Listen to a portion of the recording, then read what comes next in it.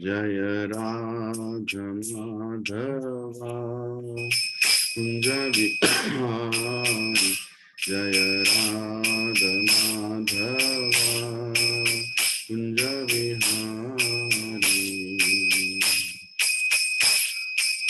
गोपीजन वल्लभा गिरिवरधारी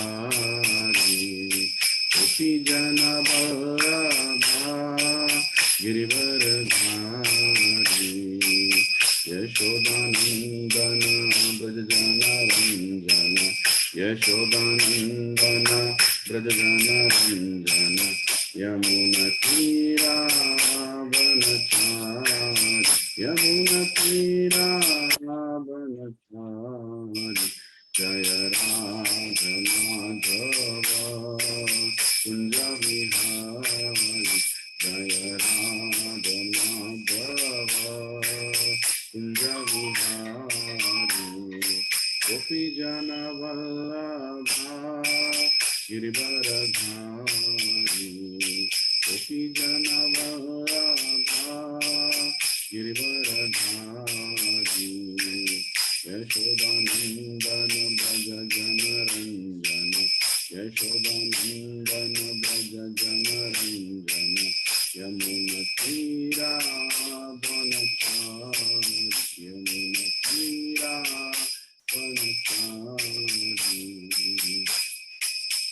जय राधा माधवा कुंज विहारी जय राधा माधवा कुंज विहारी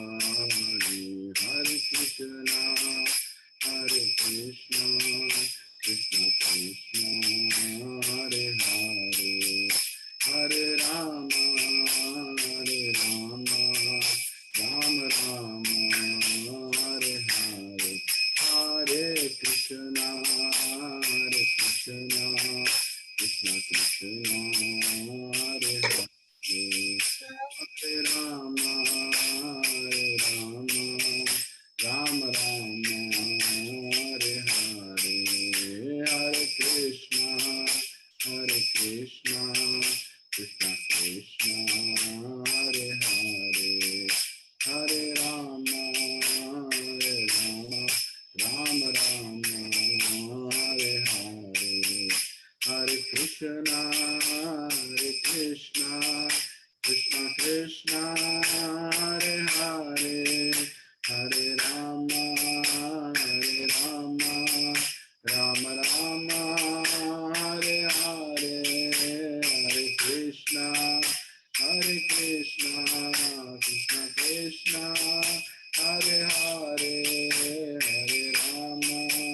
हरे राम राम राम हरे हरे हरे कृष्णा कृष्ण कृष्ण हरे हरे हरे राम राम राम हरे हरे हरे कृष्णा कृष्ण कृष्ण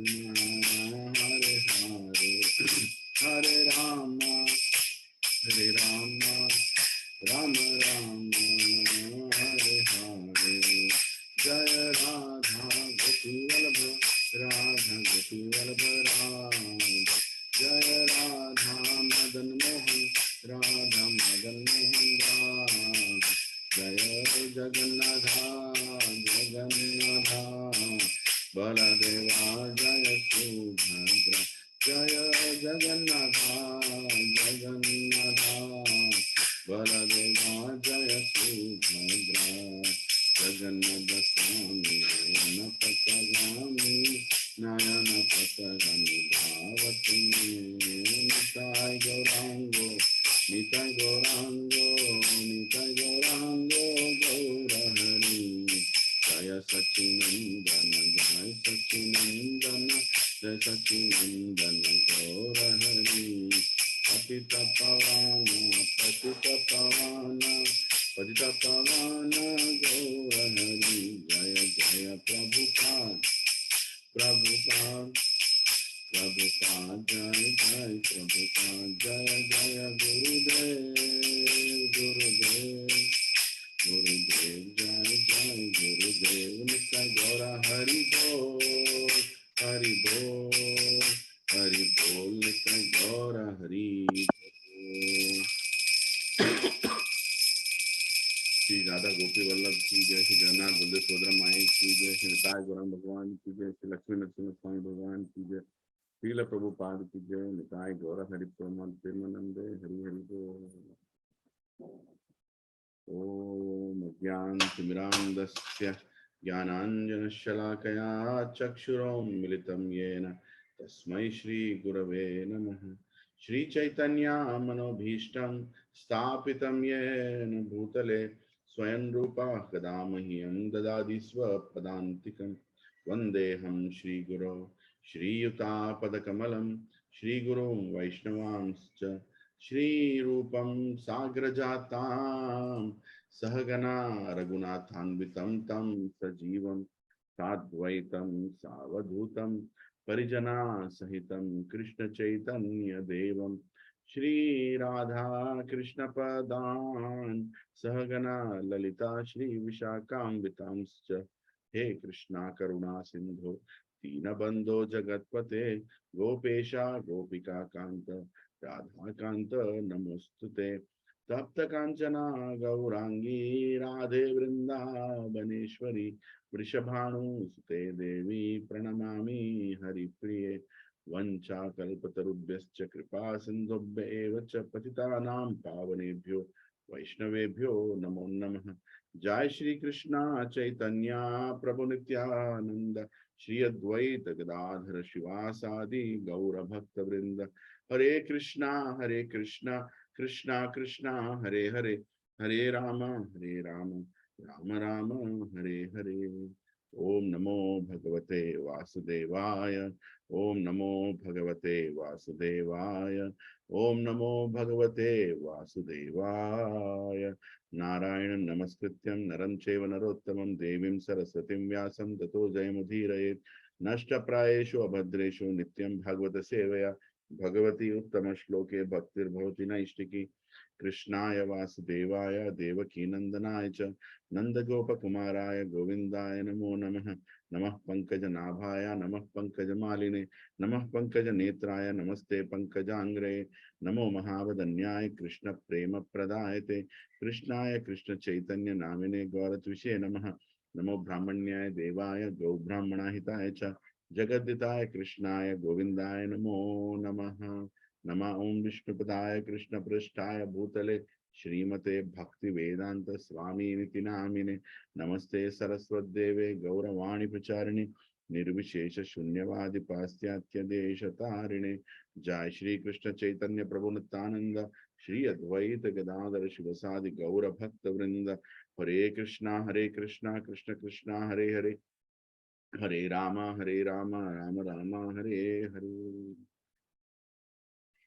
चेतोदर्पणमर्जनं भवमहाद्वभाग्यनिर्वापनं श्रेयकैरिव चन्द्रिका वितरणं विद्यावधूजीवनम् आनन्दं बुद्धिवर्धनं प्रतिपदं पूर्णामृतस्वादनं सर्वत्मस्थापनं परं विजेते श्रीकृष्णसङ्कीर्तनं। नामकारि बहुडा निज सर्वशक्ति तत्रातिपा नियमिता स्मरणेन काल एतादृशी तव कृप भगवन् ममापि दैवमिदृशम् इह जानन्यनुरागः। तृणादपि सुनिचेन तरोरपि सहिष्णुना अमाननीय मानदेन कीर्तनय सदा हरि। न धनं न जनं न सुन्दरीं कवितां वा जगदीश कामये मम जन्मनि जन्मनीश्वरे भवतद्भक्तिरहैतकी त्वयि। अयि नन्दतनुज किङ्करपतितमां विषमे भवाम्बुधौ कृपया तव पादपङ्कजधूलिसदृशं विचिन्तया नयनं गलदश्रुधारया वदनं गद्गदरुधाय गिरा पुलकिर्निचितं वपुकदा तव नाम ग्रहणे भविष्यति। युगायितं निमिषेण चक्षुषा प्रवर्षायितं शून्यायितं जगत्सर्वं गोविन्दं विरहेण मे। अश्लिष्य वा पादरतं पिनस्तु मामादर्शनं मर्महतां करोतु वा यथा तथा विदहतो लम्पतो मात्प्रणनाथस्तु एव नापर। हरे Krishna Krishna Krishna Hare Hare, Hare Rama, Rama Rama, Hare Hare. Hare Krishna, Krishna Krishna, Hare Hare. Hare Rama, Rama Rama, Hare Hare. Hare Krishna, Krishna Krishna, Hare Hare. Hare Rama, Rama Rama, Hare Hare. Shanukum karoti vachalam pangam gayate grimyat kripa tamam vande Shri Guru Dinataranam Shri Paramananda Madhavam Shri Chaitanya Ishwaram. Om pavitro pavitro va sarvavastham gatopi va yat smaret pundarikaksha sabhyabhyantaram suche. Shri Vishnu, Shri Vishnu, Shri Vishnu.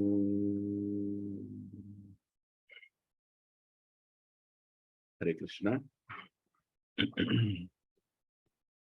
Hare Krishna, can you all hear me clearly? Am I audible enough? Yes, Prabhu. Okay, thank you. Hare Krishna. So thank you, Prabhuji and Matajis. Happy Ekadashi, Vamana Ekadashi. They also call it Vamana Ekadashi. So Akinchan Pe Prabhu and Shobha Kumari Mataji, Dandot Pranam Prabhuji. Sujata Mataji, Satya Prabhu, Sirsha Mataji, Dandot Pranam.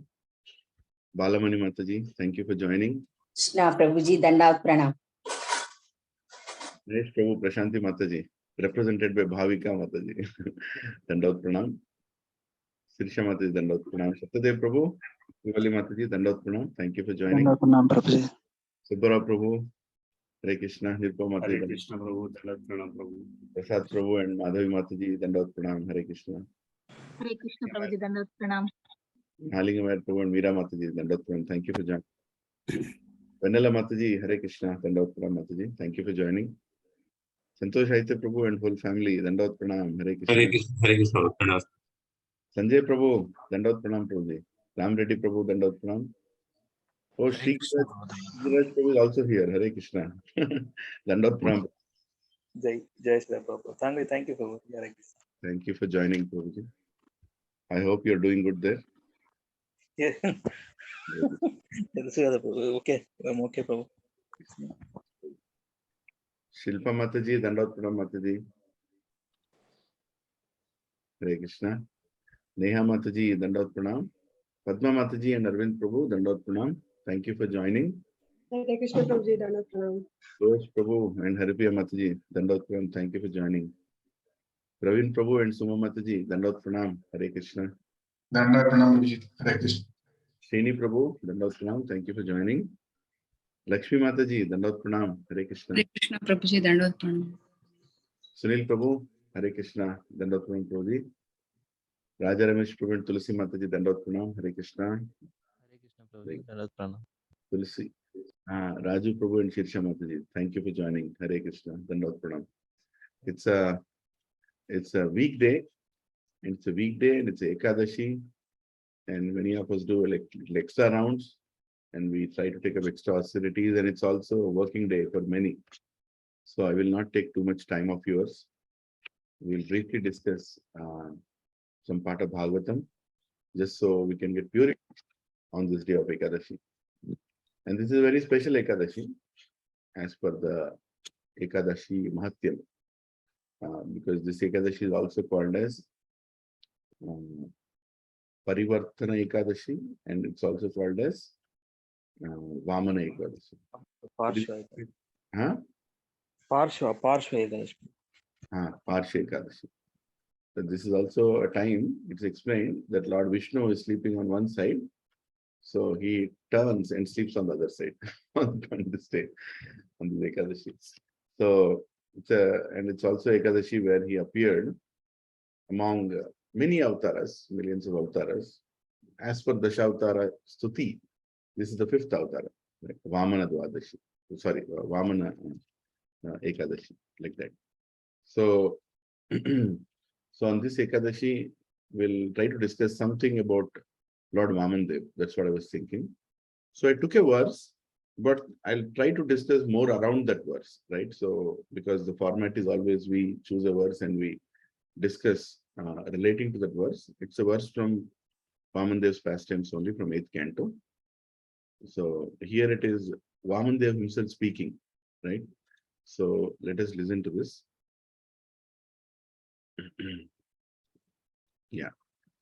Shri Bhagavan Vacha Yavanto Vishaya Preshthas Trilokyam Ajitendriyam Na Sakun Na Shaknuvanti Te Sarve Pratipur Aitum Nripa Pratipur Aitum Nripa Shri Bhagavan Vacha Yavanto Vishaya Preshtas Trilokyam Ajitendriyam Na Shaknuvanti Te Sarve Pratipura Yitum Nripa Shri Bhagavan Vacha Yavanto Vishaya Preshtas Trilokyam Ajitendriyam Na Shaknuvanti Te Sarve Pratipura Yitum Nripa. Shri Bhagavan Vacha, the Supreme Personality of Godhead said, Yavanta, as far as possible, Vishaya, the objects of sense enjoyment, Prestha, pleasing to anyone. Trilokyam, within these three worlds, Ajitendriya, a person who is not self-controlled. Na Saknuvanti, are unable. Te, all those. Sarve, take together. Pratipurayatum, to satisfy. Nripa, O king. Translation and purport by His Divine Grace, A.C. Bhaktivedanta Swami Srila Prabhupada ki Jai. The personality of Godhead said, O my dear king, even the entirety of whatever there may be within the three worlds to satisfy one's senses cannot satisfy a person whose senses are uncontrolled. Hare Krishna. Such a beautiful statement. Lord Krishna, now appearing as Vamandev, is again reiterating. He also told this in Bhagavad Gita, right? That the person who is attracted to sense enjoyment cannot achieve anything spiritual, anything meaningful. So he'll not be happy. Bhogeshwara Prasiktanam Taya Pratitasam Vyavasayatmika Buddhir Samadhav Na Vidhiyate. He is telling that in Bhagavad Gita. Here also, Lord Sri Vamandev is telling that, oh my dear king, even the entirety of whatever there may be within the three worlds to satisfy one's senses cannot satisfy a person whose senses are uncontrolled, meaning they are not regulated. Purport. Let's read the purport.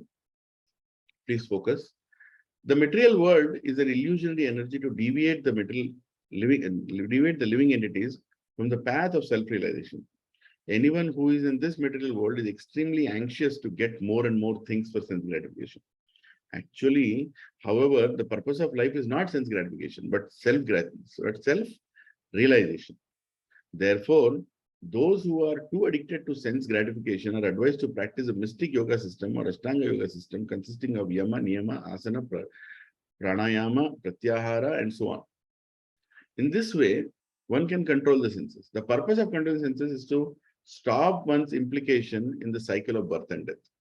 As stated by Lord Rishabdev, Nunam Pramatta Kurute Vikarma Yad Indriya Pritiya Apranoti Na Sadhu Manaye Yathatmano Ayam Asan Api Klesada Ashadeha.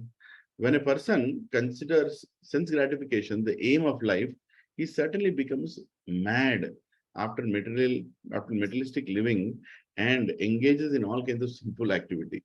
He does not know that due to his past misdeeds, he has already received a body which, although temporary, is the cause of his misery. Actually, the living entity should not have taken on a material body, but he has been awarded the material body for sense gratification. Therefore, I think it is not befitting an intelligent man to involve himself again in the activities of sense gratification, by which he perpetually gets material bodies one after another. Bhagavatam 5.5.4, 5th canto, 5th chapter, 4th verse.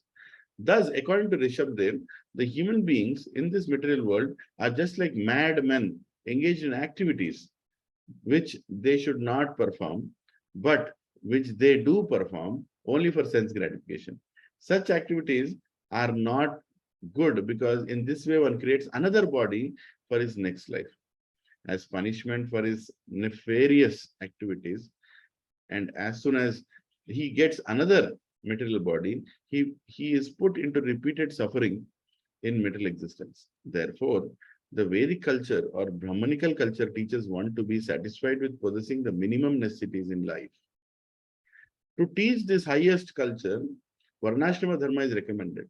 The aim of Varnashrama divisions, Brahmana, Kshatriya, Vaishya, Shudra, Brahmacharya, Grahastha, Vanaprastha, and Sannyasa, is to train one to control the senses and be content with the bare necessities. Here, Lord Vamanadeva is an ideal brahmachari, refuses Bali Maharaj's offer to give him anything he might want. He says that without contentment, one could not be happy, even if he possessed the property of the entire world or the entire universe. In human society, therefore, the Brahmanical culture, Kshatriya culture, and Vaishya culture must be maintained. And people must be taught how to be satisfied with only what they need. In modern civilization, there is no such education. Everyone tries to possess more and more, and everyone is dissatisfied and unhappy. The Krishna conscious movement is therefore establishing various farms, especially in America, to show how to be happy and content with minimum necessities of life and to save time for self-realization, which one can very easily achieve by chanting the Mahamantra, Hare Krishna, Krishna Krishna, Hare Hare, Hare Rama, Rama Rama, Hare Hare. Hare Krishna. Translation purport by His Divine Grace, A.C. Bhaktivedanta Swami Srila Prabhupada ki Jai. Once again, thank you very much, Prabhupada and Matajis, for joining. It's such a joy to see all of you again.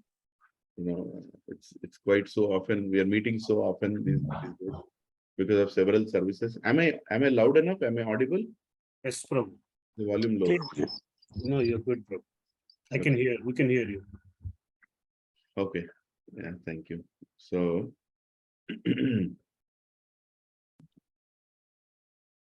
yeah, 1 second. Prabhuji, we can hear you, but the volume can be slightly high. It's little low than every time. Yeah, I have this new thing given by one devotee. So I'm trying to use this. Okay, Hare Krishna. I'm audible, right? It's okay? Yes, Prabhuji. It's okay. Okay. Yes, Prabhu. So here there is a very important thing that Srila Prabhupada is saying about being happy with what we have, right? First of all, Prabhupada is explaining so beautifully that what we have right now is also not something we have earned. Prabhupada is saying that what we have right now is given to us according to our past karmas, right? See, often people forget this aspect, especially in their present life. They think that, oh, I worked so hard, that's why I got it. We are all in a biggest illusion if we are thinking that the house we are currently living is because of our hard work, or the position that we have in office is because of our education, or the respect that we are getting in the society is because of our deeds. Don't be in that illusion. It's all already planned. It's all already allocated, and we are getting it.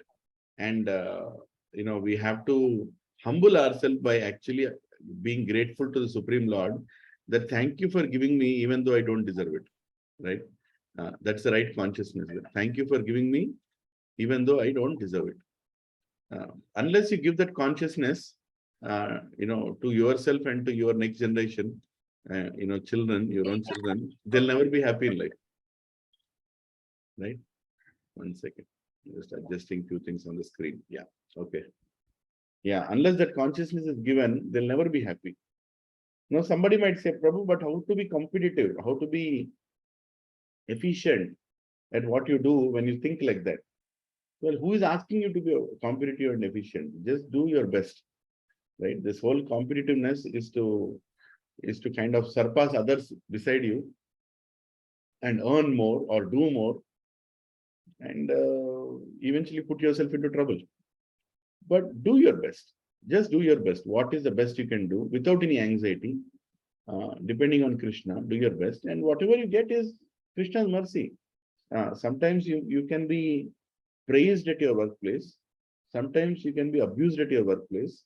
Sometimes you might be ignored at your workplace. Sometimes you might be, rewarded at your workplace, right? Anything can happen. Because what is the workplace that you're working, your position that you're given, what you're being rewarded, and how you'll be treated is already planned and designed as per your karma. You are understanding provision what it is? Yes, Prabhu. Yeah, that's Yes, very Prabhu. important. It's very important to realize and know that nothing here is happening without the sanction and the plan of the Supreme Lord. Remember that always. That's very, very important. If you forget that, then you miss the whole boat, right? On one side, we are talking all Bhagavatam. On other side, we are behaving in a very different way. We are celebrating our achievements at workplace, or we are, what do you call that? We are very morose for something that happened there, or we are complaining that we are earning less, or we are very happy and proud that we are earning more, right? All these things are just a reflection of your past karma. You should remember that. And whatever that you have today, be satisfied with that. And by the way, just earning money itself doesn't give happiness. Happiness is an emotion, is a state of consciousness. And money is a medium, one of the mediums, right? Sometimes you just go and meet your old friend, you become happy. You have not spent any money. So what does it mean? It means actually happiness has got nothing to do with money. It's what you feel, in your life, what makes you happy. And distress at the same time has got nothing to do with money also. Sometimes, you lose money, you become very distressed. But for example, you buy something very expensive for your most beloved, right? For example, you have donated 10 Bhagavatam sets, 5,000, 50, 6,000, something like that. You should not feel distressed. You will feel more happy. Krishna, you're giving me so much. I have given you little as a reciprocation, right? Here is my gift to you. Or I've given one Bhagavatam set. Here is my gift to you, right? Like that. So your distress is not coming because you are donating, because you love the Supreme Lord. Whereas if you donate and you're feeling distressed, that means that donation is not worth it. That's a useless donation. That's a very, what do you call that? Unworthy donation. Means actually you don't love God. You have no connection with God, but you're trying to give and you're feeling miserable. Or you start repeating every year, I have done this, I've done this, I've done this, I've done this, I've done this. Why did you do them? Instead of that, don't do it. It's just like telling just imagine your son or your daughter, he has some medical problem, and you join him in a hospital and you get him treated, you spend like 5-10 lakhs for that. And for the rest of his life, you're telling, I spent 5 lakhs on you, I spent 5 lakhs on you, I spent 5 lakhs on you, I spent 5 lakhs on you. How will your daughter feel? How will your son feel? Tell me. Huh? Will they feel nice? Oh, my father loves me. That is the reason he spent 5 lakhs. Right? And would you count when you're spending for your daughter or son? No, Prabhuji. No, we don't. Any normal sane person would never do that. But when you are not in love with somebody, you start counting. That is the difference, Prabhuji, between pure devotee and a devotee, and a practicing devotee, or a neophyte devotee, right? Or a somebody, or a non-devotee. A pure devotee doesn't count. One thing he counts is what is left. That he'll count, not what he has given. Because pure devotee feels, he understands what is happening in this world is merely a reflection of karma. I never had anything when I took birth, and I'm not going to take anything when I leave this body. And my descendants also, my children also, are merely products of their karma. Even if I leave them a fortune, they can become beggars. How many millionaires in this world have become beggars? So many. You would not believe. There are so many people who lived such a great opulent life, and today they are begging. How is it possible? Has their intelligence gone down that they are begging today? What changed? How come they lost everything? Prabhus and Matajis, that's merely an act of karma. Karma is such a strong thing, such a strong force in this material world. And Krishna uses it to give us according to what we deserve. Right? So, a lot of people ask this question. I was thinking, today morning, what is the theme when I look at Vaman Dev's appearance? What is the theme? If you look at Bali Maharaj's life itself, right? What wrong did he do to deserve what he deserved? Huh? Why do bad things happen to good people? Again, goes back to the same question. Why do bad things happen to good people? Hurry, I didn't even do anything, and I'm losing so much. See, if you look at Bhagavatam, it gives you a different perspective of different perspective towards this question, and then answers it. Right? The whole world is complaining, materialistic people are complaining. Why do bad things happen to good people? In that question itself, one question has to be corrected.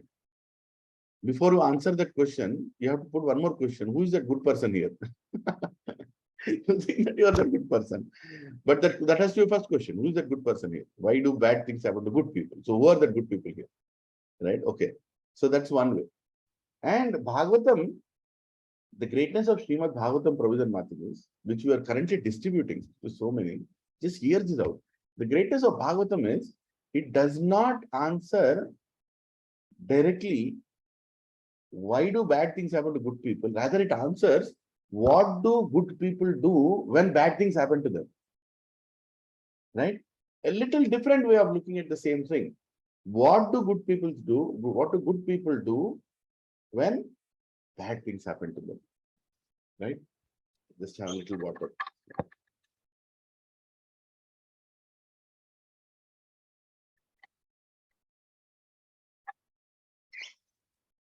Yeah. That is how Bhagavatam is setting our consciousness. What a wonderful scripture it is. What do good people do when bad things happen to them? And just think about it this way also. How Bhagavatam is raising the consciousness canto after canto after canto, right? I was hearing this from a very senior devotee and I was meditating. In the beginning of Bhagavatam, it's about Bhishma, right? Bhishma Dev, great Mahajan, who did some wrong. It's not like he did everything good. He did some wrong. He did not give the rights to Pandavas. He did not object or he did not revolt when everything wrong was happening by the Kurus, by being done by Dhritarashtra. He could have just killed Dhritarashtra and saved the whole, saved the whole race of Kurus. He didn't do that. And he also tolerated the insult of Draupadi, and he deserved to be punished, no doubt about it. Of course, he did all that for a higher reason. We all discussed as a Bhagavata. He did that to prove a point for Krishna, that even though you are the most powerful, you'll still have to be laid down if you're not on the side of Dharma, right? So, he had to be punished. So at least he knows what he has done. So when Bhishma Dev is on that bed of arrows, at least he knows what he has done, right? And he knows who has punished. The dearmost grandson has punished him, right? Like that. Now, what about, if you see again elevation of Bhagavatam coming up, what about Dhruva? What about Dhruva? Fourth canto. What did Dhruva Maharaj do? That poor fellow was just going and sitting on his father's lap. And he got punished. Go, you don't deserve to sit here. Unless you die and take birth again in the womb of Suruchi, then only, right, you can sit like that. The boy was so agitated that he went and did tapasya and he actually took darshan of the Supreme Personality of Godhead. But look at the punishment that he got for nothing he did, right? Okay, at least he can say that his father had many wives, so he was being partial. That is the reason. He can put some reason to it. Now think about Prahlad, who comes in the 7th canto. That poor boy didn't even ask to sit on the lap. He was simply serving his father. He was simply praising the Supreme Lord, Vishnu. Praying Lord Vishnu. What is wrong with praying? He was threatened to be killed. What to speak of punishment? He was threatened to be killed. Plans were made to kill him every single morning. By whom? By his father. By his father, who is supposed to be his protector. And he is making plans to kill him. And how does he react to that? How does Prahlad Maharaj react to that? He goes ahead and asks liberation for his father to Narsimhadev. What a great devotee. Now, after the 7th canto comes 8th canto. Now Krishna takes this answer to the next level. What is the answer? What is the question again? How do good people react when something bad happens? He takes it to the next level. Now, Parikshit Maharaj did something wrong. He put that snake on the neck of that Rishi. What is that Rishi's name? Samita Rishi. And he got ordered for death punishment in 7 days. Yeah, he knows something wrong he did. Dhruva, he didn't do as much wrong, but he got punished. Prahlad, he didn't do any wrong. He didn't do any wrong, and the person is supposed to protect him is punishing him. No, look at Bali Maharaj. He did not do any wrong at all. In fact, Bali Maharaj is known for doing amazing, great yajnas. If you read the 8th canto, it talks about how great Bali Maharaj was. His grandfather, Prahlad, his father, Virochana, he himself, and great guru, Shukracharya, right? He is honoring everybody and he is doing so many yajnas to please the Supreme Lord. And all the time is Supreme Lord conscious, even though he is born in the family of Daityas, demons. But he is a devotee. Yes, he and Indra had some tussle, some dispute, some real estate issue in today's language. And he got into a war. He won the war. And when you win the war, you also get the opponent's kingdom. He didn't do anything wrong. We cannot just put the whole blame on Bali Maharaj. He won. He was a king. He was a Kshatriya. He won a kingdom. There's nothing wrong with it. And look who is coming to punish him. For nothing else done. For nothing else. Who is coming to punish him? The Supreme Lord himself. See the increase in punishment or the gravity of punishment, the way it is increasing. Prahlad was being punished by his father. Dhruva was punished by his father. Right? Or rather his stepmother also. Parikshit was punished by a sage. Not somebody who's totally related to. Right? Bhishma was punished by Arjuna. Somebody who he loves, but he knows what he did. Look at Vaman Dev. He's the Supreme Personality of Godhead. What can you do when God is coming to punish you? Just think of, and you did not even do anything wrong. Now you tell me how grave this question is. Why do bad things happen to good people? And the greatness of Bali Maharaj is he showed what do good people do when bad things happen to them. Right? We often use this slogan. Rakhe Krishna Mare Koi, Mare Krishna Rakhe Koi. This is nothing but Mare Krishna Rakhe Koi. If Krishna wants to punish you, who can save you? So Bali Maharaj, he is such an amazing personality. Actually, entire Bhagavatam, Provision Mataji, this Bhagavatam, if it is read by the world, this whole world will become a spiritual world. Like the kind of qualities that we hear about these great personalities, right? Bali Maharaj saw this. He was doing the yajna. And before that, what happened, you all know, right? I mean, Indra got defeated. All the heavenly planets went into the control of jurisdiction of Bali Maharaj. Bali Maharaj was practically ruling the 14 planetary systems, but which means entire universe. Brahmanda he was ruling, nothing left. Right from Satyaloka to Patala, he was ruling everything. So, Indra and Devatas, who gave them the heavenly planets to rule to Indra? Krishna only gave.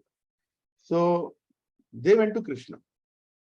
That, hey Krishna, hey Mukunda, hey Murari, hey Lord Narayan, you have given us to rule these kingdoms and we were ruling them. And this person has come and has taken over. Please help us now. We don't have any survival. And you are the only hope. Please help us.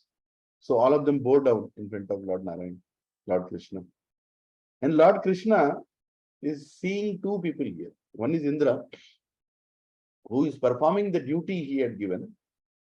And one is Bali Maharaj, who also is performing the duty he has given to a human, that you have to perform yajna for my satisfaction. Right?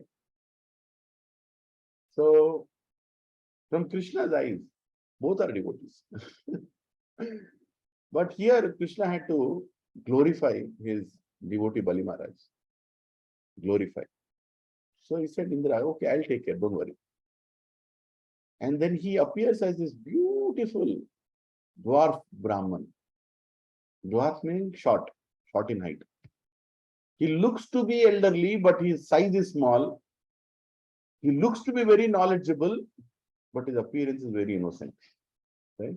That is the quality of a dwarf. So he appears in the form of this dwarf Brahman, holding a little umbrella.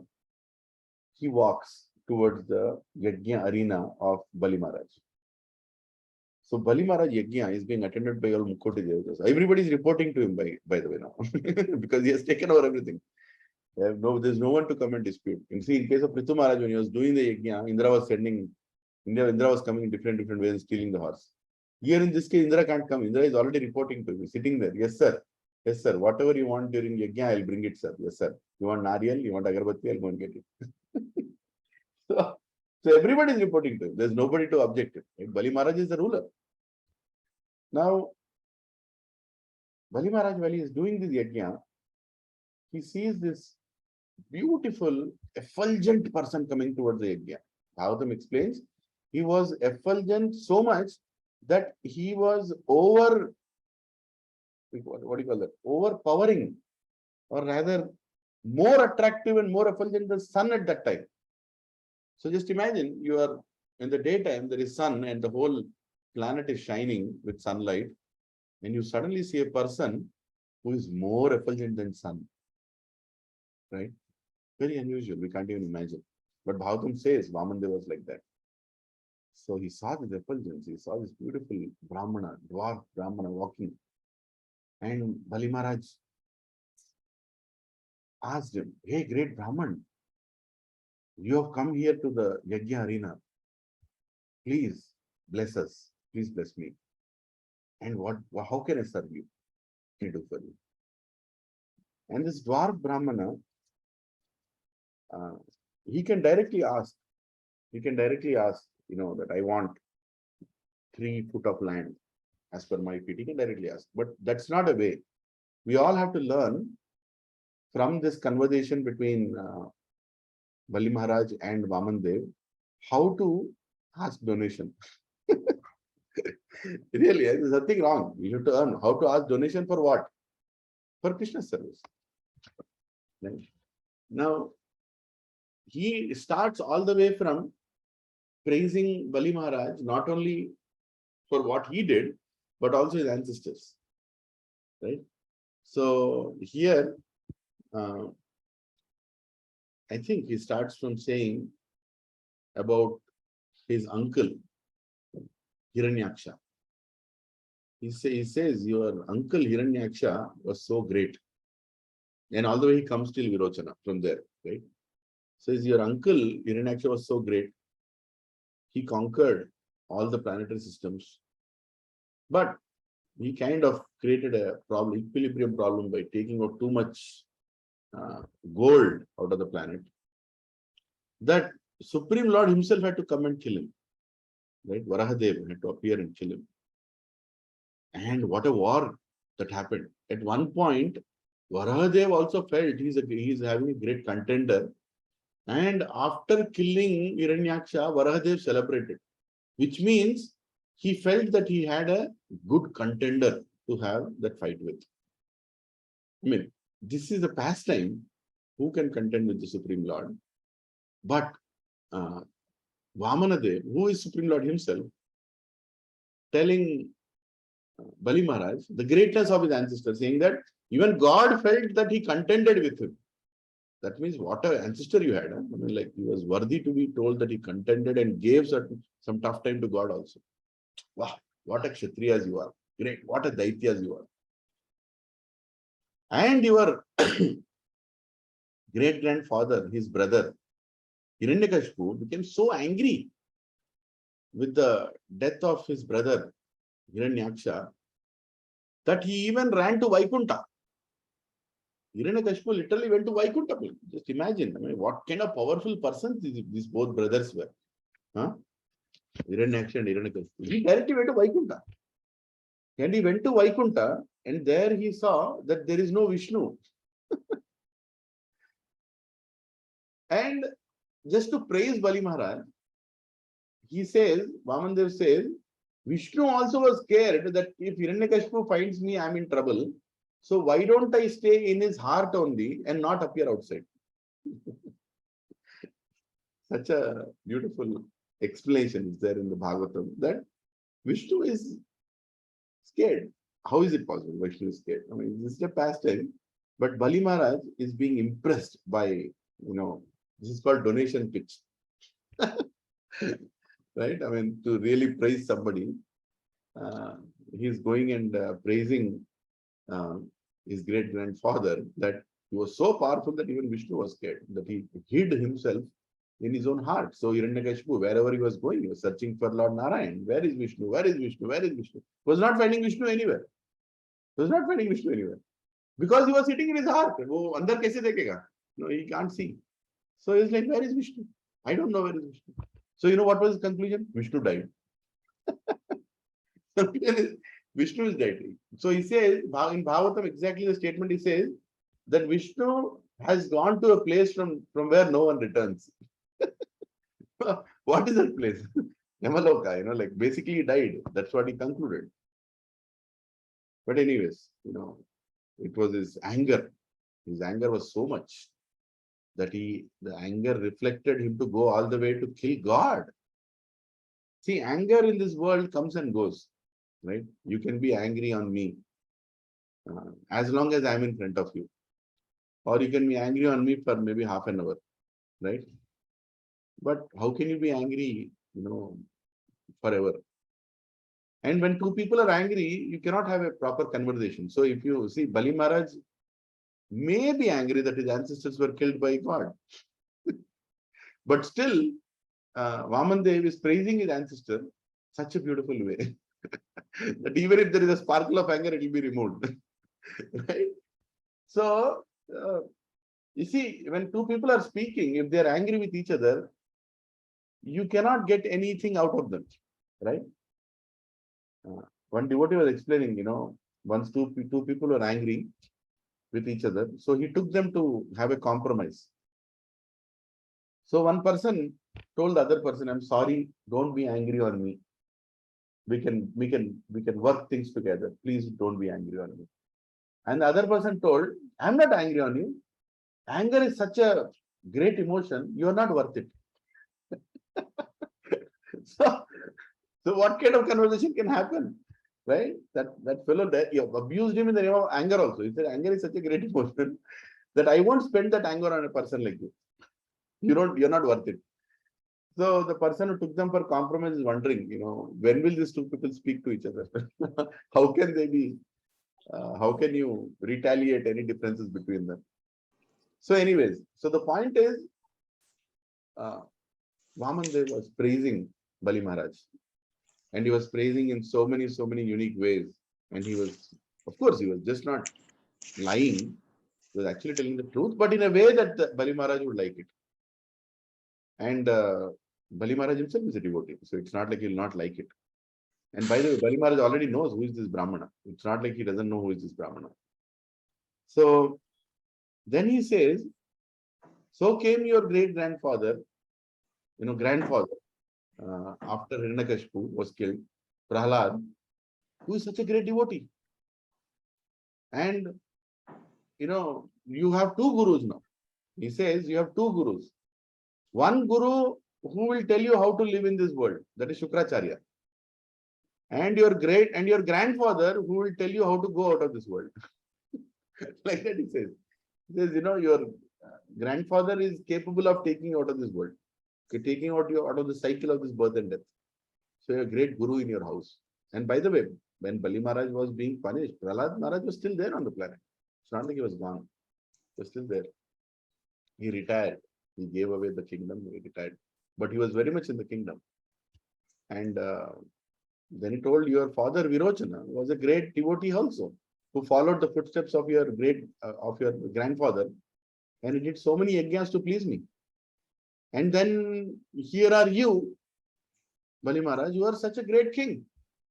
You have done such great yajnas that you have pleased the Supreme Lord. And look at your prowess that you have conquered the whole planets. And then the whole chapter is about praising Bali Maharaj. And then Bali Maharaj says, okay, thank you. But how can I serve you? Tell me what you want. Anything you want, Brahman, please take. So Prabhupada explains that, there is a way to ask charity here, right? You have actually, when there is no respect between two people, one should not take charity. Remember this one thing. When there is no respect between two people, the giver and the receiver, both of them should have respect for each other. Then only the giver will give it. And even if the giver gives it, when he doesn't respect, the receiver should not take it. Right? So here, Vamandev made sure that he made him understand, Bali Maharaj understand that he respects him. And Bali Maharaj also immediately reciprocated, saying, I respect you. You're a great Brahman. So tell me what you want. And then Vamandev says, I am a very simple person. I don't need much. I just need three steps of land. Just 3 steps of land, right? It's like, you often take that example. It's like going and meeting Nirmala Sitharaman and saying, file my income tax return. Finance minister is going and asking such a cheap thing. Just think about it. Bali Maharaj immediately said, what is that you're asking? Hey Brahman, you can ask me a lot. I can give you island, the Dvipa. Now, what does Dvipa mean? Dvipa doesn't mean you'll give him Australia or South America or something. No, Dvipa actually means a planet. In this context, Bali Maharaj was saying, I can give you a planet. What are you asking 3? I can give you a Dvipa. Because how much was he ruling? Bali Maharaj was ruling the entire universe, Brahmanda, everything inside. All the planets he was ruling. So he said, see, you have come to me. You're not going to come to an ordinary person. You have come to me. So please ask something worthy. Ask something you really want without any hesitation. I can give you a lot. I have so much with me I can give you. And it was not out of arrogance. Bali Maharaj was not speaking this out of arrogance. He was more disposed with respect towards this dwarf Brahman, that he actually felt he should give more. And the response of that we just read in the verse. The Supreme Lord Vamandev says that the person who doesn't have control over his desires, even if he gets everything from the 3 worlds, he'll not be satisfied and happy. So even if you give me all the 3 worlds, Bali Maharaj, I will not be happy if my senses are not in my control, if my desires are not in my control. So beautifully, Rishabdev also explains in the purport given by Prabhupada that the human life is to focus on self-realization, not to fulfill materialistic desires. though the whole world is running in that direction. At least we devotees should not. It's such a shame and such a bad situation that a practicing devotee is chasing money, or a person who is reading Bhagavatam is chasing money, or a person who is attending satsangs is proud because of his material position. Srila Bhakti Siddhanta Saraswati Thakur says, the position, if somebody is proud of his position in the material world, is equal to a worm in a stool. Right? So what is he proud of? He's proud that the stool is fresh now. It's hot and fresh coming out of wherever. And he's a worm in it. So that is his position. Right? So, we all devotees, most of us are in middle age now, or rather going towards the old age. So we all are going to hear some great designations for ourselves, right?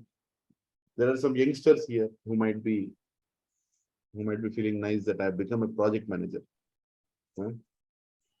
There are some middle-aged people who might feel that, oh, I've become a head of operations, something like that.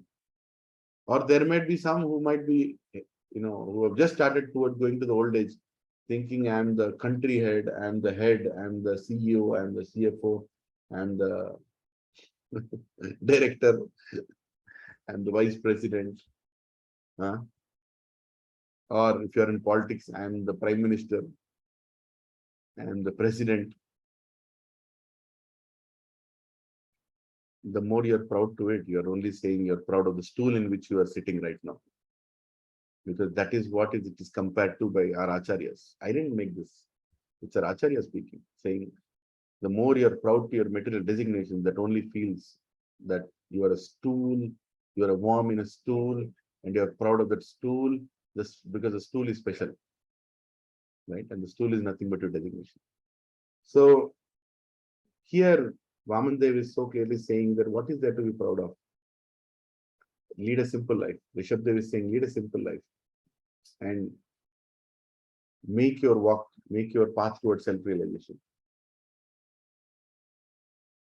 Don't count what you have, because what you have can become zero in fraction of a second. Somebody sent that video yesterday in BG24 group of that big community of villas, right, where there is a Bentley car in front of one person's house. Now, so much he has to spend to make it ready because of the flood that happened, right?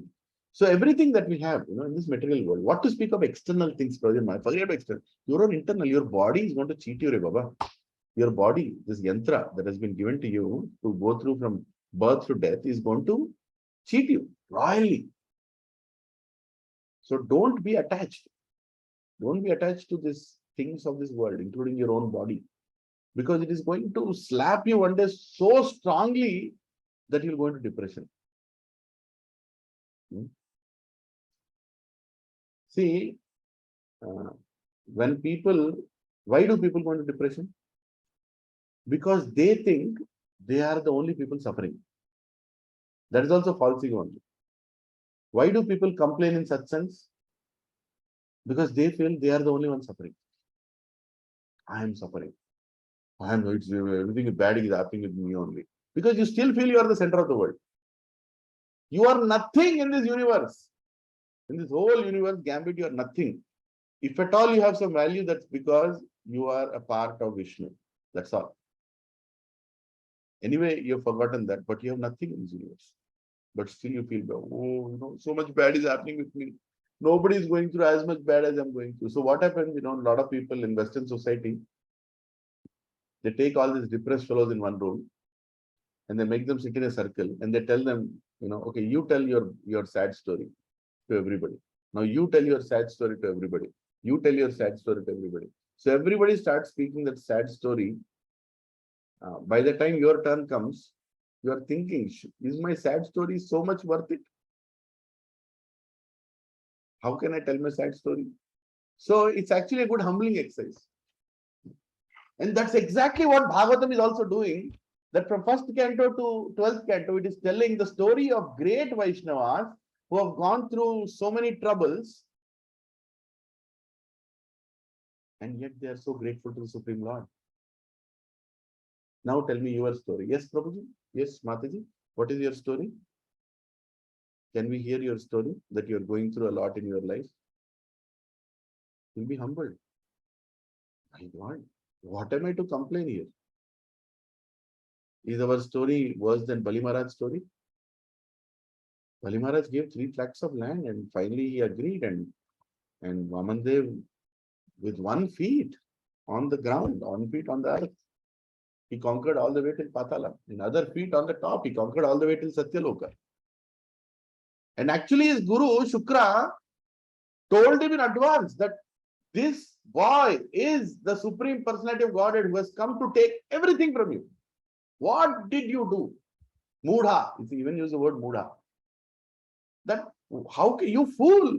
Why did you give the 3 steps of land? Don't you know? With 1 feet is going to take the entire universe. Other feet is already on the ground down. And 3rd feet, what are you going to give? What are you going to give with the 3rd feet? What is left? And because you cannot give anything, you made a vow. You made a vow that you are going to give. You made a vow. Please, everybody focus on this.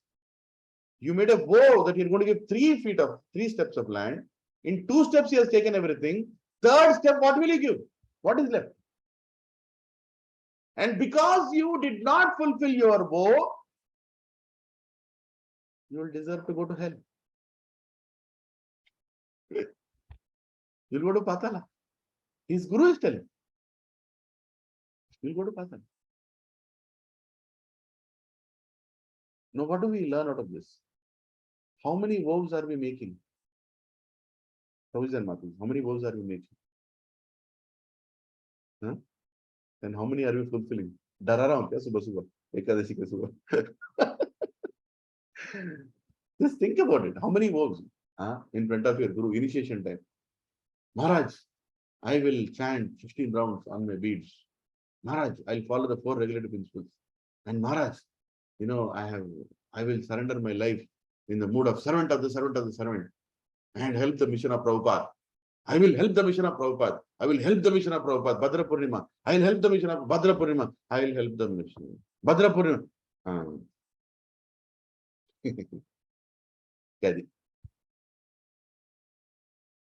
I'll give my mind, body, soul minus bank balance. I'll give my mind, body, soul minus my wealth. Amma, don't tell vows if you can't fulfill it. Right? Shukracharya is telling Bali Maharaj, don't tell vows. Why did you unnecessarily vow that you give 3 steps of land? Don't you know what is going to happen? He's going to take everything. He's going to take everything. He'll not be left with anything. So devotees also, whether it is your Diksha Guru, Siksha Guru, or any Guru, Guru is a Tattva. Guru is a Tattva coming from Lord Balramji, right? Don't whimsically take vows which you can't fulfill. And at the same time, take vows that you can't fulfill so that you'll strive for it. That is called spiritual life and advancement. What kind of a devotee you want to be? A safe playing devotee or a serving devotee? What do you want to be? You want to be ordinary devotee or a special devotee? What do you want to be? A devotee who takes risks for the Supreme Lord. Supreme Lord will take care of it. Prabhuji, I made a vow that I'll do 100 sets. I only did 2 sets. Will I go to hell for that? No. But you should feel that you'll go to hell if you don't do it. But don't worry, Krishna will not do that. What did Bali Maharaj get? What did Bali Maharaj get? Bali Maharaj got the association of the Supreme Personality of Godhead right outside his house in Patala. When he kept the third feet on his head, he pushed him down to Patala. And he also told, by the way, I'm going to be your associate, standing outside your door like a gatekeeper until you are there. Now tell me, did he lose or he gain? Did he gain anything? Yeah? Did he lose or he gained? He gained everything. He lost temporary thing and he got eternal thing. Isn't it? Everything of this 14 planetary systems is temporary. Ashashwatam. And he got the Supreme Lord and his love. And he got a place in Bhagavatam. Some chapters dedicated for him in 8th canto. Prabhuji and Matajis serve the Supreme Lord, serve Srila Prabhupada in such a way that when Bhagavatam is published in some other planet where it has 100 cantos, your name will be mentioned in that you have served Prabhupada. Prabhupada's name is mentioned in some other Bhagavatam set, in some other planet. You know that different planetary systems have different number of cantos and different more explanation and more leelas and more. So there is a Bhagavatam set in the making. Do you want to be part of the Bhagavatam set as somebody who has served a pure devotee called Srila Prabhupada? Yes. So take the vow that you will do your best. Take the vow. Don't be greedy and don't plan. You see, problem with us is, I'll tell you, biggest problem with materialistic mentality is, you get something and you plan that whole thing. You're already living with, for example, you're already living peacefully with 25,000 rupees a month. You are getting milk also, you're getting food also, everything is taken care of. Now Krishna gives you another 25,000, 50,000 he makes your salary. And he says, okay, now you can serve me better with this extra 25,000. And what do? Immediately you move to from 2-bedroom to 3-bedroom house, and then you increase your necessities, and then you increase your lifestyle, and you say 50,000 is enough for me now. Huh? Then Krishna gives another 50,000. Okay, now your salary is 1 lakh. Now you use the remaining 50,000 for my service. You're already happy now. You're already happy in this 50,000. What do? No. I think I should buy a flat now. I'll take a loan. 50,000 gone to loan. Now Krishna is saying, I'm giving you resources, Re. Murkhuda, you don't deserve anything. You don't have the brains to earn. I am the one who's giving it to you. ఇస్తున్నా నేను అది తీసుకో నాకు ఈరా తిరిగి నీకు పుణ్యం వస్తుంది మూర్ఖుడా.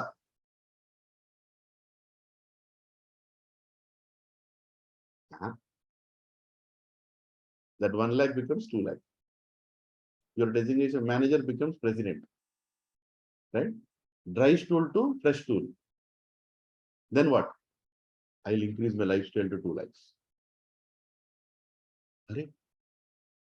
Who gave you that extra 1 lakh? I did it. నాకు వచ్చింది ప్రమోషన్, నాకు టాలెంట్, నీ బొందా. ఇంకా అర్థం కావట్లేదు కర్మ సిద్ధాంతాన్ని. ఇంకా బుద్ధి లేదు, అర్థం కావట్లేదు. Who is giving it? Krishna is giving it. Right? My salary is 6 lakhs. My salary is 10 lakhs. I'm working here, I'm working there. పిచ్చోడా, అదంతా ఇచ్చింది భగవంతుడి సేవ కోసం, నీ సేవ కోసం కాదు. If you put that for your seva, you'll suffer in this world. You will commit sins. If you read this chapter further, it is mentioned where Vamandev explains that when people start accumulating more than what they need, they start committing sins. They start committing sins. You can't stop it.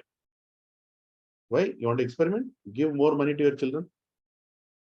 Give 20,000 to your 15-year-old child and ask him or her to go out. He'll definitely go and create some nonsense. He'll buy something or he'll do something which is not worthy. Right? Actually, Vamandev also tells Bali Maharaj that you also accumulated more than what you deserve. That is the reason I have come to take it back. You are supposed to be in the Daitya planets. You're supposed to be here, but you conquered the heavenly planets. That is not part of your quota. That is part of Indra's quota. Why did you take that? And that is the reason I told Indra that I'll come and take it from you. So in this pastime, there are so many things to learn. We can just keep analyzing and going. And most importantly, we should reflect in our own life. what we learn out of it. If you open your wallet and see the money that you can see in it, doesn't belong to you. It's given to you. So use it in God's service, especially Grihasthas, Pravi and Matajis. You should be very careful, very careful. I'm telling you. If you, because we earn, no? We go outside and earn. And if we don't have the habit of giving it back, we are going to become more and more attached. And we will suffer. There is something called as planning. But the planning also should stop at some point.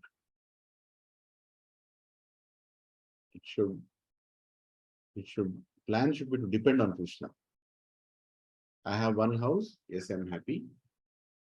I have one land, yes, I'm happy. I want one more house, that's your greed. I want one more, that's your greed. Right? No. Grahasthas, be very careful. Everybody wants to become the most powerful, most well-established, most successful person on this planet. But the greatest success, I told you last week, I think last Bhagavatam class, I was saying that I was contemplating on this. Who is the most fortunate materialist and who is the most fortunate spiritualist? The most successful materialist is a person who is earning when he's sleeping. Right? He's sleeping and he's earning. He is called a successful materialist. And the most successful devotee is the one who is being blessed by great devotees even when he is not there. Earn that. Earn that. And that will come through sacrifice. Sacrifice of not money, sacrifice of your false ego. Because when your false ego is sacrificed, everything will become auspicious. Sacrifice your false ego. That I am the doer. Prakrite kriyamanani punai karmani sarvasha ahankara vimudhatma.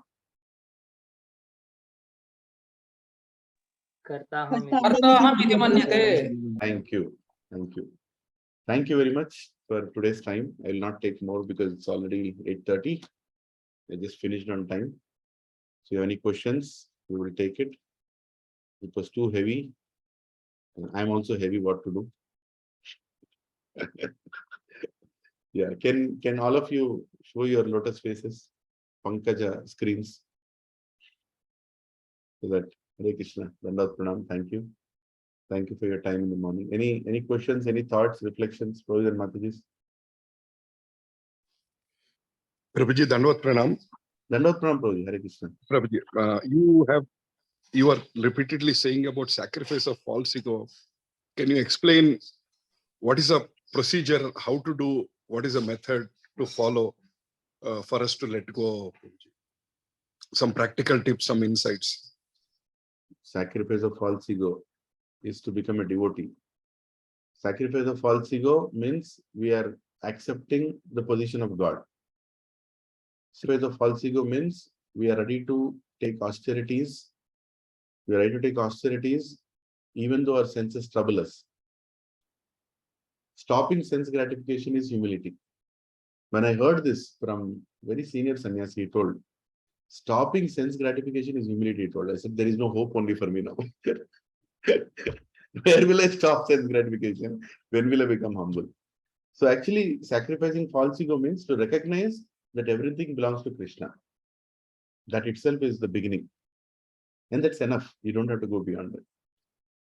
In every walk of our life, in every talk of our life, in every action, every deed, every conscious movement, we should remember that everything belongs to Krishna. And that's enough. And then surrender will automatically come. The Krishna says, right? I mean, in Bhagavad Gita, he says that the one who understands my Parandhama, my nature, becomes my devotee. He says he becomes my devotee. There is no question of how he'll become. Just by understanding that Krishna is Supreme Personality of Godhead, you'll become humble. Or false ego will go. If we still have false ego, that only means that we have still not accepted Krishna as God. Or rather, we have accepted it very whimsically.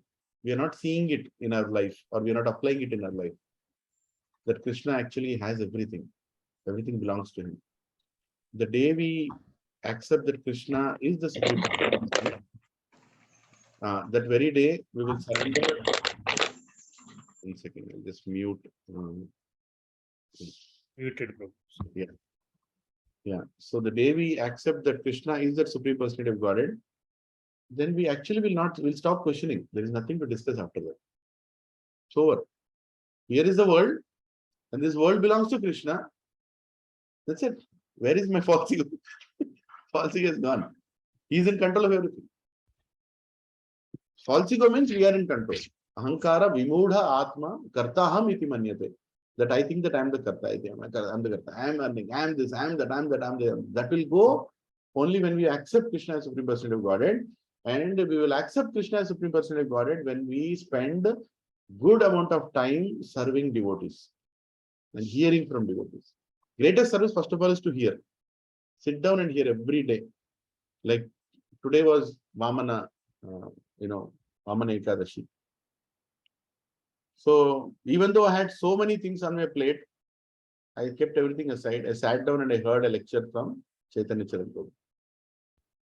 Right? Then I heard half a lecture of my guru on Vamana Ekadashi. Right?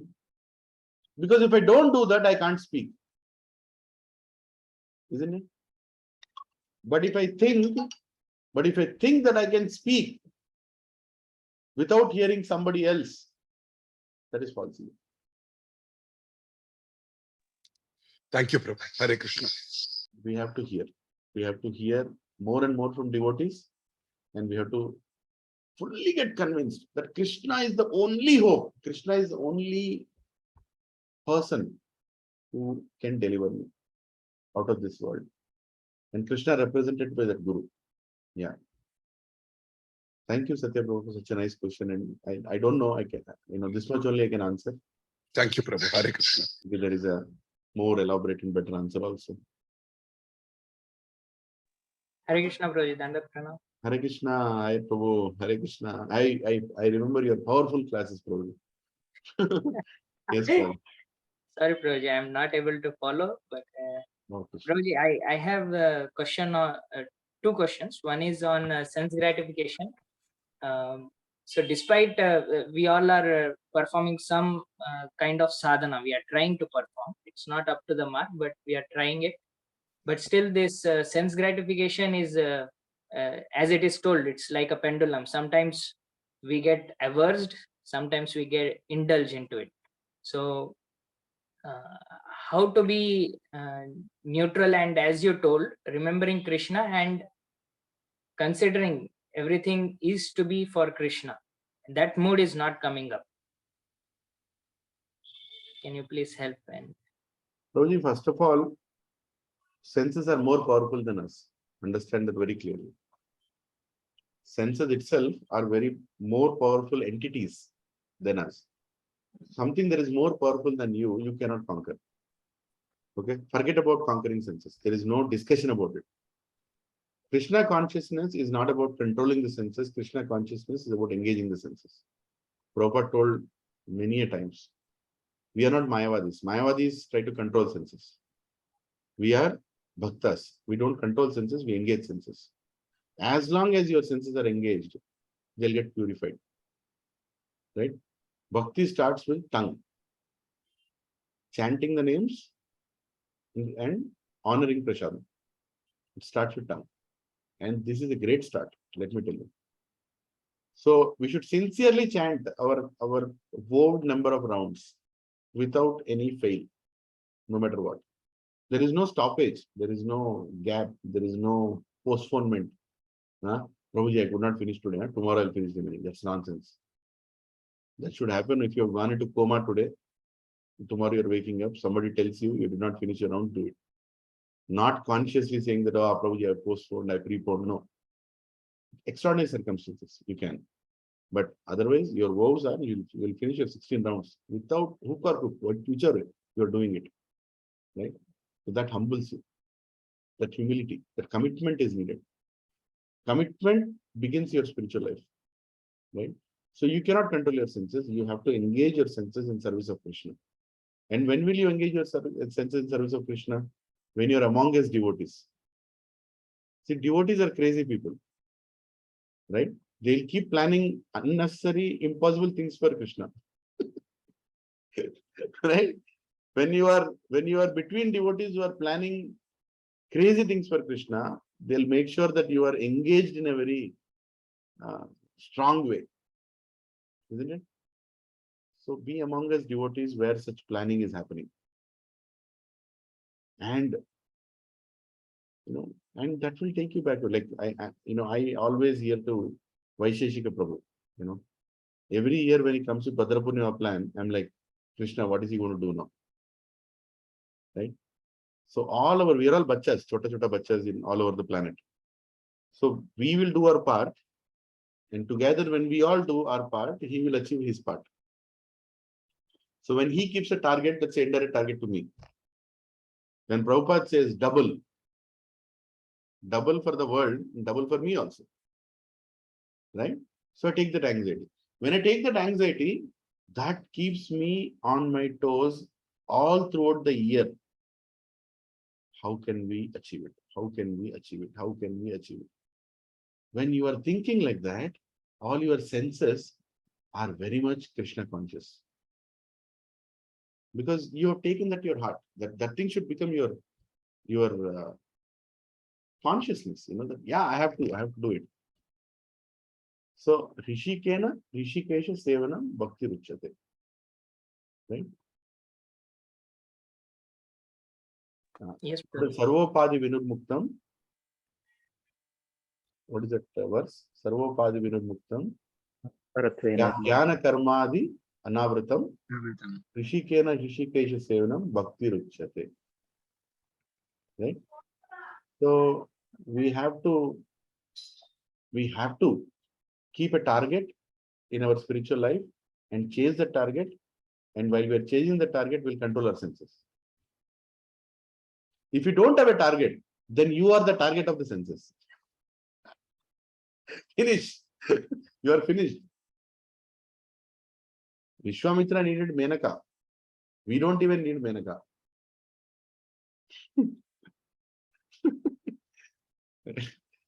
I don't know if I answered your question, but Yes, Prabhuji. so don't give any free time. Free time is such a bidda. Prabhuji, whole Sunday, Prabhuji, there is no time only. Are pichoda, at least Sunday or Krishna conscious. At least out of Monday, Tuesday, Wednesday, Thursday, Friday, Saturday, Sunday you are completely Krishna conscious. Morning Bhagavatam se leke raat ke satsang tak, there is no gap. Actually, there is still one gap. I don't know if you realize that 1:30 to 3 o'clock is still a gap. There should be a time when we all should get up Sunday morning and come to a place, go back Sunday night. If some relative says, I'm coming to your home, say, come to that place, I'm there. Make him sit and chant also. So all relatives will stop coming automatically. No friends, no other engagements, nothing. Sunday is my Krishna conscious day. And be happy for that. If you're feeling miserable for that, that means, again, the same false ego. I want to be the enjoyer. I don't have time for my enjoyment. Isn't it? That's what comes, right? Prabhuji, what about my enjoyment, Prabhuji? Array, what can be more enjoyment than serving the Supreme Lord? Than spending time with devotees. That itself means we don't appreciate devotee association. Okay, that doesn't come overnight. Whatever I'm telling is high surrender. That doesn't come overnight, but we have to endeavor for that. Slowly we have to endeavor for that. And when you are in that, then you'll feel nice about it. I hope all of you are learning Tattha, Dida, whatever that Prabhuji gave. And I hope you're all ready for the Sloka test on Saturday. 50% crowd. Right? So this is spiritual life. Be in that anxiety. Take that anxiety. And senses will automatically come into control. Hare Krishna. Okay. Haribol Prabhuji, thank you. Is the test confirmed, Prabhu? I mean, the schedule? Yeah. I spoke to Anantagop Prabhu. He's excited. He's very, very excited and ready to grill all of us. Okay. So it seems he also has a shloka test that day of Bhakti Vaibhava. He was telling me, and he was telling me, Prabhuji, if my shloka test is scheduled on Saturday, I told him, Prabhuji, whatever you do, don't cancel this Saturday.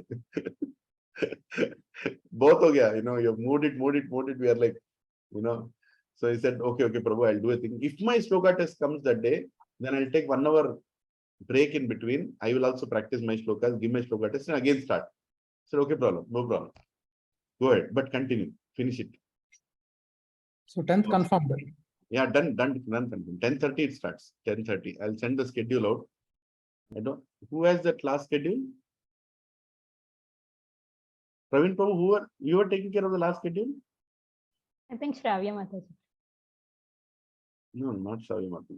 I think it was Praveen Prabhu. Anyway, so let's go ahead and finish the shloka test so that we are done with Bhakti Shastri and we can concentrate fully on Kirtane Sadahari. It's a yajna. And once Kirtane Sadahari is over, something else will come. You will not get back that afternoon, which is gone. Right? Vamandev has already stepped on it. Khatam. Hare Krishna. Hare Prabhuji, Krishna. I have one more question. Last question. Okay. What is the time? Okay, Prabhuji, if it's a quick answer, I'll tell. Otherwise, we'll discuss in satsang. Yeah. Yes, What yes. is it? So, Prabhuji, do you think still what Rupa Goswami has given us, I think Sanatan Goswami, 50, 25, 25, do you think it's that is what we should follow?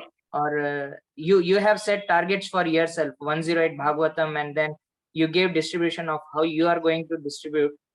So, what is the instruction for us? Instruction is Should already we given think by. or should we not think, directly surrender? No.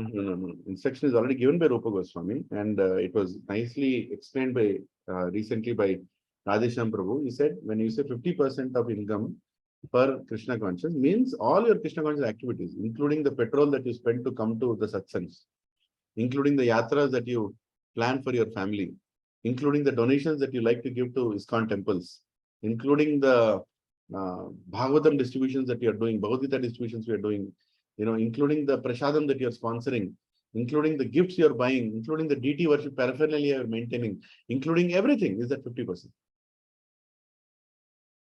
Right? Krishna is not so merciless saying that, okay, transfer 50% to the temple account and then remaining your salary. No, he said engage in Krishna conscious activities. It's more practical. In today's day and time, it's more practical. So please, engage it like that. And have a good calculation. Huh? Just because I told so many things, Prabhuji, I think I'm doing 50%. Maybe you're only doing 20% still. So think about it. Taking your family on yatra is also an expense. You can't skip it. You have to take them. Going to dhams. What is that? Nectar of instruction, right? It says going and visiting holy places is part of devotional service. So we should do it. So let's plan. Your example is very inspiring, Prabhuji, of how you thought of distributing your Lakshmi in serving Prabhupada. No, I just wrote like that to inspire others. I mean, I have to write. See, some people are like, where will I get money from? Are bacha, you're getting a lot of money. Don't worry. So here are the places you're getting money. Every year you get an increment. You go and cry in front of your boss, right? నేనే పని చేస్తున్నా నువ్వు చేస్తున్నావా తీసుకో తీసుకున్న దాంట్లో కొంచెం right? Wherever you get a gain, you should not feel that I'm sacrificing my current income. Okay, you're not sacrificing current, but whatever future you're going to get, some gains that you're going to get, keep that money aside. Right? Doesn't belong to you. So then you can peacefully sponsor more and more. Peacefully do more and more. And Bhagavatam is the deity of Krishna. And you are keeping it in the temples. So you will give it for free. But Krishna will make sure it is read by great devotees when the time arrives. Right? And this time we are also making it more personal, that everybody who is going and giving at the temple is our own people. And we will try to maintain some relationship with those priests and see that it is being used. And we'll also start a study circle, each one of us. This is a big yajna that we have to get into. to serve the Supreme Lord. Okay, Hare Krishna. Thank you very much. Happy Ekadashi. Happy chanting. Happy serving. Nitai Gaur Premanande. Hari Hari Bol. Hare Krishna. Hari Bol. Kripa Sindhubhya Patitanam Pavnebhyo Vaishnavebhyo Namo Namaha. Ananta Koti Vaishnava Vrinda ki jai. Shila Prabhupada ki jai. Shila Gurudev ki jai. Nitai Gaur Hari Premanande. Hari Hari. Hari Hare Thank you. very much. Thank you very much. Hare Krishna.